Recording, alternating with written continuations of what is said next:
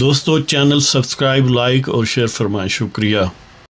بسم اللہ الرحمن الرحیم، الحمدللہ رب العالمین والصلاة والسلام علی خاتم النبیین وعلی آلہ واصحابہ اجمعین۔ السلام علیکم جناب، کیسے ہیں؟ آج بات کرتے ہیں 3 نکات پر۔ ایک تو یہ ہے کہ 63A پر جو سپریم کورٹ آف پاکستان نے فیصلہ دیا تھا بندیال کی سربراہی میں، تو اس کا ریویو جو چل رہا ہے اس پر کیا گزر رہی ہے۔ اور دوسرا کہ لیاقت چٹھا جو سابق کمشنر راول پنڈی پٹواری گروپ تھا پٹواری گروپ یعنی اس کی سروس کے نقطہ نظر سے کہ وہ نائب تحصیلدار سے موسٹ پروبیبلی جس طرح رپورٹ ہوا ہے وہ آگے بڑھا تھا اپنی ظاہر خصوصی اس میں جو صلاحیتیں تھیں ان کی بنیاد پہ۔ اور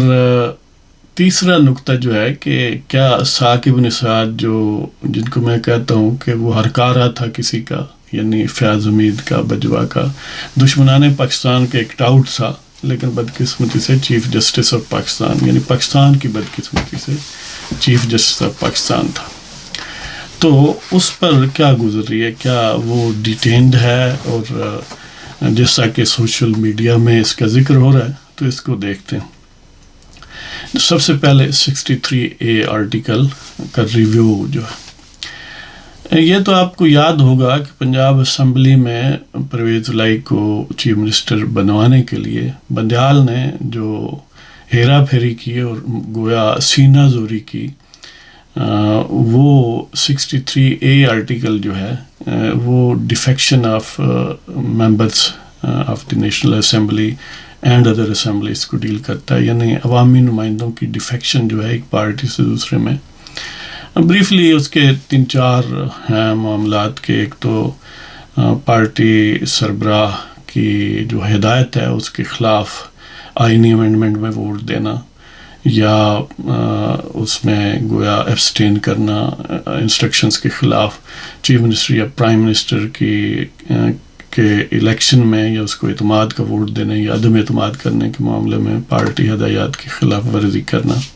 اور اس طرح بجٹ پاس کرنے کے حوالے سے پارٹی ہدایات کی خلاف ورزی کرنا۔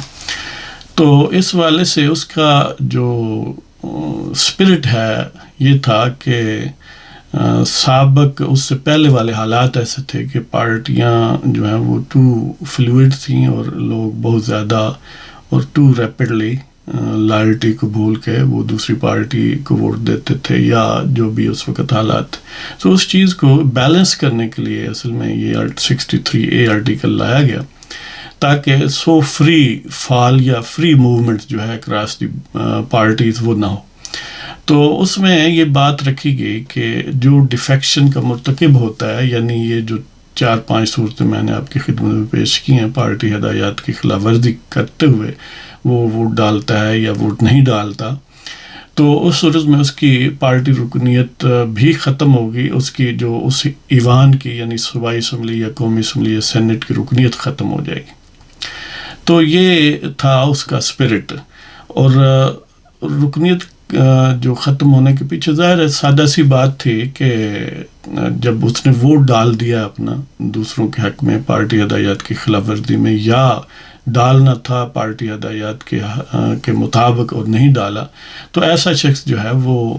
گویا اپنی پارٹی کے اعتماد کھو چکا ہے۔ تو ظاہر ہے اس پارٹی کے پلیٹ فارم سے وہ منتخب ہوا تھا، تو اس کی جو ہے وہ ختم ہو جانی چاہیے ممبرشپ۔ اب ظاہر ہے یہ ایک بڑی کلیئر سی، یعنی جہاں کہیں بھی ڈیفیکشن لاز ہیں کہ دنیا میں کسی بھی ملک میں، ویسے جو اسٹیبل کنٹریز ہیں وہاں اس قسم کی ڈیفیکشن لاز نہیں ہیں، جہاں پر اسٹیبل پارلیمنٹری سسٹم ہوتا ہے، یا ایون کانگریشنل سسٹم یا پریزیڈنشل سسٹم ہے جیسے امریکہ میں، تو ایسی پابندی نہیں ہوتی۔ لیکن بہرحال پابندی لگی، اور اس کی یعنی جو اس میں اصل میں انکریمینیٹنگ بیہیویئر ہے وہ یہ ہے کہ اس نے دوسری پارٹی کو تقویت دی ہے۔ تو ظاہر ہے تقویت دینے کا مطلب یہ ہے کہ ووٹ دیا ہے یا ووٹ ان کے کہنے پر نہیں دیا، تو اس صورت میں ظاہر ہے وہ ایکٹ ہوتا تو اس کا کنسیکوینس ہونا تھا۔ اب یہ بندیال اینڈ کمپنی نے اپنے یعنی پہلے حمزہ کے کو عدم یعنی اس کو اعتماد کا ووٹ نہ لینے، اس کی اٹیمپٹ جو تھی لینے کی، اس کو سبوٹاج کرنے کے لیے اس کی ایک اور طرح سے وضاحت کی، اور پھر جب پرویز الہی نے لینا تھا تو پھر اور طرح سے وضاحت کی، اور ایک دفعہ پارلیمانی پارٹی کے سربراہ کو پارٹی ہیڈ سمجھا گیا، ایک دفعہ جو پارٹی کا ویسے سربراہ ہوتا ہے اس کے ہدایات جو ہیں ان کو عام سمجھا گیا، جیسے ان کو فٹ سوٹ کرتا تھا۔ اس لیے پرویز الہی جو کہ خبیث آف بنی گالا کی زبان میں ڈاکو ہے پنجاب کا سب سے بڑا، تو اس کو فیسیلیٹیٹ جیسے ہو سکتا تھا اسی طرح آئین کو موڑ دیا گیا چند دنوں میں، یعنی کبھی ادھر اور کبھی ادھر۔ اس لیے وہ کہا کرتا تھا کہ ایم پی اے بے شک میرے ساتھ ایک بھی نہ ہو، وزیر اعلیٰ میں ہی بنوں گا، اس لیے کہ جو بدبخت اور بغیرت بندیال اور اس کے چیلے چانٹے تھے وہ اس بات پر مصر تھے کہ ہم نے اسی کو بنانا ہے، یعنی وہ جن کے ٹاؤٹ تھے ان کا حکم یہ تھا، یا انہیں خود ٹاؤٹ بننے کا شوق بہت تھا۔ اب انہوں نے اس کو اس انداز سے انٹرپریٹ کیا، ظاہر سوٹ انہیں ایسے کرتا تھا کہ دیکھیں یہ اگر پارٹی ہدایات کی خلاف ورزی کے مطابق ووٹ دیتے ہیں یا ابسٹین کرتے ہیں تو ان کی نہ صرف رکنیت ختم ہوگی، وہ ووٹ بھی کاؤنٹ نہیں ہوگا۔ اب ظاہر انکریمنیٹنگ بات، اگر کسی پر یہ الزام ہے کہ اس نے اے پر الزام ہے کہ بی کو قتل کیا، بی قتل ہی نہیں ہوا، تو ظاہر یہ الزام جھوٹا ہے، تو یہ ووٹ جب اس کا اثر ہی نہیں ہے، ووٹ کاؤنٹ ہی نہیں کیا گیا، تو اس کا مطلب ہے وہ ایکٹ ہی نہیں ہوا جس کی بنیاد پر اسمبلی کی رکنیت ختم ہونی تھی۔ لیکن بہرحال اس نے یہ ایک بڑی احمقانہ اور بڑی جاہلانہ اور یعنی ایک سینہ زوری کی کہ آئین کو اپنی امنگوں کا، رافعوں کا اور محجبینوں کا جو ہے وہ قیدی بنا کے رکھ دیا۔ تو اب اس کو ریویو اس کا 2 سال سے پڑا ہوا ہے۔ اب بعض جو ہیں یوتھیاپا اور سیاپا اور کتیاپا کو پروموٹ کرنے والے ایلیمنٹس ہوں، یوٹیوبرز ہوں، صحافی ہوں، کوئی بھی نام ہو ان کا، تو انہیں بڑی اب تکلیف ہے کہ یہ اتنا جلدی کیا ہے قاضی فائزی کو۔ اب بندہ پوچھے جب 2 سال ہو گئے ہیں تو اور جلدی اب کیا وہ 2 صدیاں گزار دے، کیا کرے؟ تو بہرحال قاضی صاحب نے اس کیس کو فکس کیا ہے، بینچ تشکیل دیا ہے جس کا منیب اختر المعروف یوتھیاپا جسٹس بھی ممبر تھا، اور اس نے انکار کر دیا۔ تو اب پھر ریکنسٹیٹیوٹ بینچ کو آج کیا گیا ہے۔ جب تک آپ تک یہ ویڈیو پہنچے گی گویا ہیئرنگ بھی شروع ہو چکی ہوگی۔ تو یہ ویسے تو تھا 30 ستمبر کو، یعنی کل کو اس کی ہیئرنگ تھی، لیکن وہ منیب اختر کی یعنی انکار کے سبب سے یہ گویا 1 اکتوبر تک چلی گئی۔ اب تو ریکنسٹیٹیوٹیڈ بینچ جو ہے اس میں منیب اختر کی جگہ نعیم اختر افغان جو ہے ان کو شامل کیا گیا۔ منصور شاہ کو شامل کرنا چاہتے تھے قاضی فیض سے، لیکن وہ اویلیبل نہیں ہے، تو منصور ملنگی، ویسے منصور شاہ نہیں ہے، منصور ملنگی جو ہے، تو منصور ملنگی جسٹس، تو قاضی فائزی صاحب اور نعیم اختر افغان، جسٹس امین الدین خان، جمال مندوخیل اور مظہر عالم میاں خیل، یہ 5 ممبرز پر مشتمل 633A ہے۔ اور ظاہر ہے آج سے اس کی سماعت ہوگی، اور موسٹ پروبیبلی یہ 3-4 دنوں میں میچور ہو جائے گا اور اس کا فیصلہ آ جائے گا۔ اور فیصلہ کیا آئے گا؟ ظاہر ہے بالکل سیدھا سا کیس ہے، آئین کو اوور رائٹ کیا گیا تھا، ری رائٹ کیا گیا تھا، اس کا حلیہ بگاڑا گیا تھا اپنے لاڈلوں کو پالنے کے لیے، اور خبیث بنی گالا کی کلٹ کو پروموٹ کرنے کے لیے، پنجاب کے سب سے بڑے ڈاکو کو اقتدار دینے کے لیے۔ تو اس والے سے یہ ایک بات یقینی ہے کہ اس ریویو میں یہ ختم ہو جائے گا کہ ان کی ووٹ نہیں کاؤنٹ کرنے، ووٹ تو کاؤنٹ ہوں گے، البتہ ان کی ممبرشپ ختم ہو جائے گی، اس لیے کہ آئین ایکسپریسلی یہی کہتا ہے۔ تو اس کا کنسیکوینس یہ ہوگا کہ پھر جو پی ٹی آئی یا سنی اتحاد کونسل یا جو بھی یعنی اپوزیشن کے خبیث بنی گالا کے جو لوگ ہیں بظاہر، وہ گویا آزاد ایک سینس میں ہو جائیں گے کہ وہ جس کو چاہیں ووٹ ڈالیں، اگرچہ ان کی ممبرشپ کنسیکوئنٹلی ختم ہو جائے گی لیکن ووٹ کاؤنٹ ہوگا، اور اس طرح آئینی ترمیم کے دروازے کھل جائیں گے۔ اب اس میں ایک بڑی دلچسپ بات ہے کہ جب انہوں نے آئینی ترمیم ہی کرنی ہے تو اس میں ایک پروویژن یہ بھی ڈال سکتے ہیں کہ 63A جو ہے وہ یعنی ان کی جو اس میں یہ کہا گیا ہے کہ ممبرشپ ختم ہوگی تو وہ بھی نہیں ہوگی، یعنی گویا وہ 63A کو ہی ڈیلیٹ کر سکتے ہیں، تو اس صورت میں ووٹ بھی کاؤنٹ ہوگا اور ممبرشپ بھی ختم نہیں ہوگی۔ جب آئین کو ترمیم کرنا ہی ہے تو اس طرح کر لیں جی۔ تو اس لیے اب وہ جو شوق تھا یوتھیاپا ججز کو، جس کا سرگنا منصور ملنگی ہے، المعروف منصور شاہ، تو ان کی وہ ساری امنگیں جو ہیں وہ زمین بوس ہو جائیں گی، جن امنگوں کو عملی جامہ پہنانے کے لیے انہوں نے 8 رکنی یعنی وہ 13 رکنی بینچ میں 8 کا ایک جتھا بنا اور انہوں نے آئین کو پھر ایک نئے سرے سے ری رائٹ کیا کہ یہ جو اسمبلی میں پارٹی موجود ہی نہیں ہے، اب اس کو وہاں پر کھڑا کیا جائے اور جو وہ 80 MNA ہیں ان پر اس پارٹی کا لیبل لگایا جائے اور پھر اس بنیاد پر مخصوص سیٹیں انہیں دی جائیں۔ وہ چاہتے تھے کہ آئینی امینڈمنٹ نہ ہو، تو اس طرح ججوں کی بدماشی جس میں ظاہر یوتھیاپا ججوں کی اکثریت تھی تو وہ جاری رہے اور اس طرح خبیث بنی گالا کا کاروبار بھی چلتا رہے اور ان بغیرتوں کی بغیرتی بھی چلتی رہے۔ لیکن بہرحال قاضی فیض عیسیٰ اور حکومت جو ہیں وہ اپنے اپنے فیلڈ میں ان ڈیسٹیبلائزنگ فیکٹرز کو اب گویا ان جرثوموں کو یا وائرس کو وہ مارنے پر تل گئے ہیں، تو اس کا یہ طریقہ کار ہے جو پہلے عرض کر چکا ہوں۔ اب اس میں ویسے منیب اختر نے ڈنڈی مارنے کی بتیری کوشش کیا، پھر 2 خط لکھے، اب یعنی ایک پہلے لکھا تھا پھر لکھا ہے کہ دیکھیں یہ کمیٹی کا اجلاس ٹھیک نہیں ہوا اور یہ نہیں ہوا اور وہ نہیں ہوا۔ ویسے یعنی یہ بھی علی ظفر جو ان کا یوتھیاپے کا وکیل ہے، اس نے کہا کہ دیکھیں جی یہ تو 3 رکنی کمیٹی جو ہے وہ فیصلہ کرتی ہے، یہ 2 رکنی کیسے ہو سکتی ہے؟ تو قاضی فیض عیسیٰ نے پوچھا کہ اگر 3 ارکان کا ضروری ہے وہاں رہنا تو یہ کیا اس امینڈمنٹ میں لکھا ہے جو تازہ ترین ہوئی ہے یا جو اوریجنل امینڈمنٹ ہے؟ تو اس نے کہا نہیں لکھا۔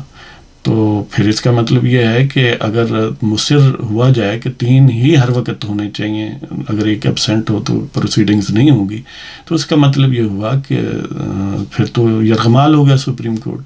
جب ایک بندہ بھی نہیں چاہے گا سپریم کورٹ تو منجمد ہو جائے گا، تو وہ پھر آئیں بائیں شائیں کرنے لگا۔ تو بہرحال دوسری بات کرتے ہیں کہ لیاقت چٹھا جو سابق کمشنر پنڈی اور جس نے اپنا ضمیر بیچا، ملک ریاض آگے، اور یعنی اب جو فیض حمید زیر تفتیش ہے وہ کہا جا سکتا ہے، یعنی جو پاکستان کا قاتل ہے گویا عدالتی نظام کا اور پاکستان کو غیر مستحکم کرنے کا سب سے بڑا فراڈیا ہے، اور ویسے بھی گویا ایک بدماش ٹائپ آدمی ہے، لینڈ گریبر ہے، ایک اغوا برائے تاوان کے کیسز ہیں اس پر۔ تو اس کے پریشر پر یا اس کی دی ٹیمپٹیشن پر یہ لیاقت چٹھا جو ہے، یعنی امیجن کریں کہ ان بڑے عہدوں پر بھی ایسے ایسے لوگ پہنچتے ہیں کہ جن میں اتنا تھوڑا سا آئی کیو ہے کہ اتنی مطلب ایک سامنے سی بات ہے کہ یہ فراڈ ہو رہا ہے، اور پھر بھی اس کے بظاہر جو ہیں چنگل میں آتے ہیں۔ چنگل کیا ہے؟ ظاہر ہے فائنینشیل بھی یقیناً دلچسپی تھی اور فوائد تھے، اور ساتھ ایک ویسے بھی اونچا اڑانے کا جو خواب دکھایا گیا تھا۔ تو فیض حمید نے اس کو یہ کہا رپورٹڈلی کہ اگر تم یہ پریس کانفرنس کر دو فروری کے وہ وسط میں یا فروری کے اینڈ میں یہ وقوع ہوا تھا، تو اس طرح الیکشن ڈسپیوٹ ہوں گے اور بڑی بلے بلے ہوگی ہماری، اور تمہیں ظاہر ہے اس کی نوکری ویسے ختم ہونے والی تھی، ریٹائر ہونے والا تھا، تو ریٹائر تو ویسے ہو جاؤ گے، تمہیں پریزیڈنٹ آف پاکستان بنا دیں گے، اور پھر وہاں سے جناب آپ نے آرڈر کرنا ہے اور خبیث بنی گالا آزاد ہو جائے گا۔ یعنی امیجن کریں کہ وہ خلا میں رہ رہا تھا بدبخت، کہ کیسے وہ پریزیڈنٹ الیکٹ کروا سکتا تھا؟ یہ اتنی سمجھ اس کو نہیں آئی، حالانکہ جو تھوڑی بہت سیاسی سوجھ بوجھ رکھتا ہے وہ سمجھ سکتا تھا کہ ایسی کوئی پاسبلٹی نہیں ہے کہ عارف علوی کے بعد یوتھیاپا کا پریزیڈنٹ بنے، اور بن بھی جائے تو وہ کیسے کسی کو سمپلی یعنی حکم دے سکتا ہے کہ اس کو چھوڑ دو جو سزا یافتہ مجرم ہے۔ اس کے لیے انیشیٹ تو پرائم منسٹر نے کرنا ہے، اس لیے کہ اختیارات تو اس کے ہیں۔ پریزیڈنٹ تو ایک طرح میچ فگر ہیڈ ہے، ایک برائے نام ہے، وہ اس کا نام صرف یوز ہوتا ہے، لیکن بہرحال چٹھا صاحب نے وہ اپنی بلی چڑھا دی. بلی کیا چڑھائی, اچھا سودا مارا, فائنینشیل بینیفٹس بھی لیے ہوں گے اور بہت کچھ لیا ہوگا, اور نوکری ویسے ہی ختم ہونے والی تھی اور اس طرح کا. تو بہرحال اب سنا ہے کہ وہ سلطانی گواہ بننے کے لیے تیار ہے اور سب کچھ اگل رہا ہے فیض حمید کے خلاف. اس لیے اب اگرچہ اس کے خلاف انیشلی انکوائری شروع ہوئی تھی, پھر اس کو بس اسی طرح روک دیا گیا, گویا وہ انکوائری اٹ سیلف اب سسپینڈڈ ہے, اس لیے کہ جو فیض حمید اینڈ کمپنی ہیں ان کی مشقیں کسنے کے لیے اس کا استعمال کیا جائے گا, اور جب ان کی مشقیں کس دی جائیں گی تو پھر عین ممکن ہے کہ اس سے بھی حساب لیا جائے کہ تم نے یہ بغیرتی جو کی تھی تم بھی اس کا خمیازہ بھگتو. اب ثاقب نثار کے متعلق بعض لوگ یہ سمجھتے ہیں کہ وہ یعنی وہ بھی ڈیٹینڈ ہے, جس طرح پہلے انگلینڈ تھا تو وہاں سے تو بہرحال سپٹمبر کے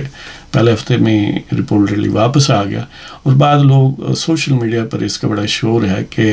ثاقب نثار بھی فیض حمید کے ساتھ ہی کہیں اسی انداز میں وہ ڈیٹینڈ ہے.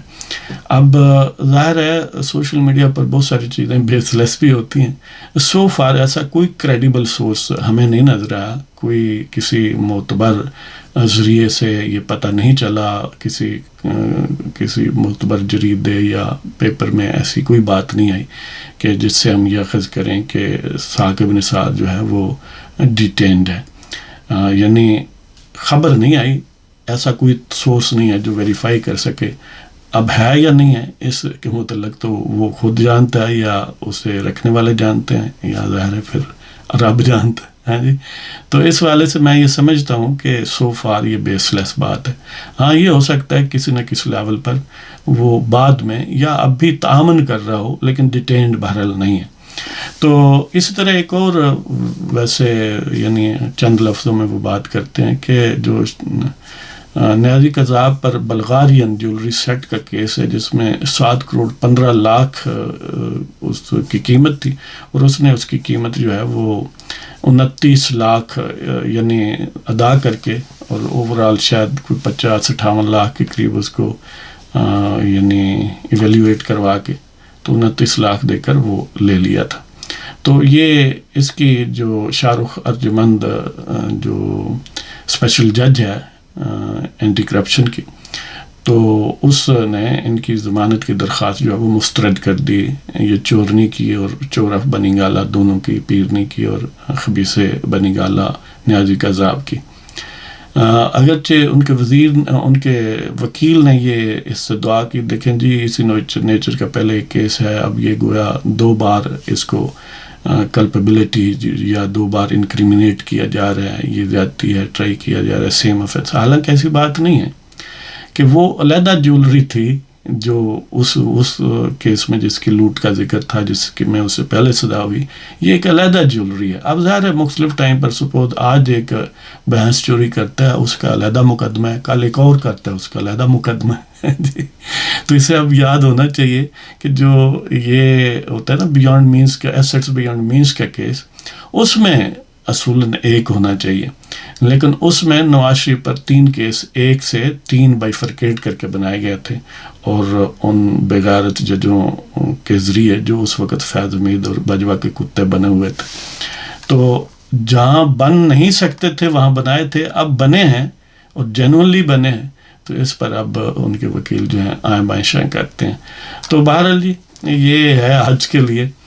تو اس کے ساتھ ہی آپ کو پتہ ہے کہ خبیث بنی گالہ نے 4 اکتوبر کو یہ کہا کہ ڈی چوک ان کے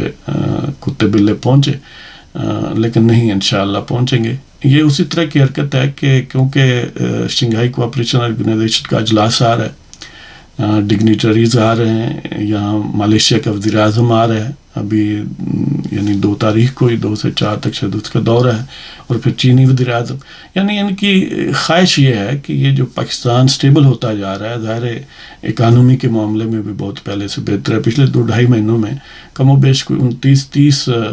روپے پیٹرول کی پر لیٹر قیمت کم ہوئی, اور ڈیزل کی تو کوئی 37-38 کے قریب کم ہوئی ہے. یہ لیٹسٹ جو ڈکریز ہے اس کو ملا کے. اور اس طرح ظاہر ہے گروتھ ریٹ بھی یہ تو نیگیٹو کر گئے تھے، اب 2.5-3% کے قریب رپورٹ ہو رہا ہے، اور بین الاقوامی قرضے بھی بہت سارے ریسکیجول ہو رہا ہے، IMF ڈیل وغیرہ. یعنی یہ چاہتے ہیں کہ ہر صورت میں ان بغیرتوں نے یہ پاکستان سے دشمنی ہر لیول پر ہر لمحے کرنی ہے. لیکن وہ آخر دن چوڑیاں دے آکھے مجھی گئیں کدی نہیں مریاں. ان بغیرتوں خبیث اپنا خبیث بنی گالا اور خبیثنی آف بنی گالا، اور ان کے چیلے چانٹوں کے کہنے اور ان کی بد دعاؤں کے باوجود پاکستان پھلے پھولے گا. آپ خوش رہیں جناب. وما علینا الا البلاغ المبین. السلام علیکم. خدا حافظ.